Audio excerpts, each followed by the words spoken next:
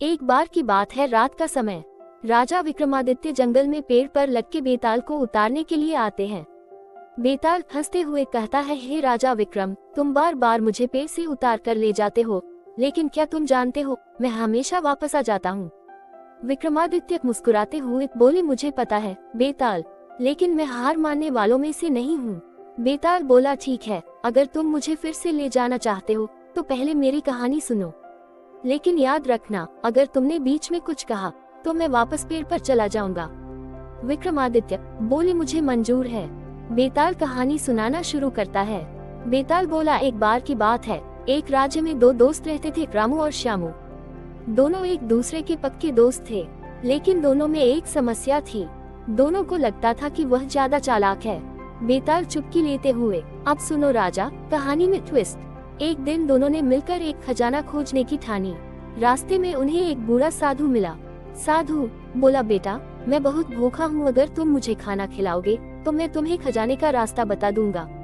रामू और श्यामू साधु को खाना देते हैं। साधु खुश होकर खजाने का पता बता देता है। बेताल चालाकी से बोला, लेकिन राजा, असली कहानी तो अब शुरू होती है।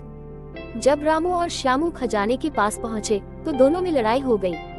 रामू बोला, यह खजाना मेरा है क्योंकि मैंने ज्यादा मेहनत की। श्यामू बोला, नहीं, यह मेरा है क्योंकि मैं ज्यादा समझदार हूँ। दोनों ने सोचा कि दूसरे को कैसे धोखा दें। बेताल मुस्कुराते हुए बोला, राजा विक्रम, अब सवाल यह है कि दोनों में से कौन चालाकी से खजाने का मालिक बना।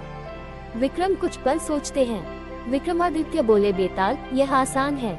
श्यामू ने चालाकी से रामू को खाने में जहर मिलाकर मार दिया और खजाने का मालिक बन गया। बेताल जोर से हंसता है। बेताल बोलने लगा, सही कहा राजा विक्रम, लेकिन तुमने बोल दिया, अब मैं वापस जा रहा हूँ। बेताल पेड़ की ओर उड़ जाता है। विक्रम चुपचाप फिर से उसे पकड़ने के लिए आगे बढ़ते हैं।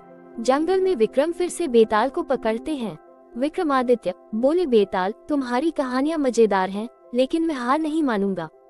बेताल हंसते हुए कहता है, तभी तो मैं तुम्हें हर बार एक नई कहानी सुनाता हूँ राजा।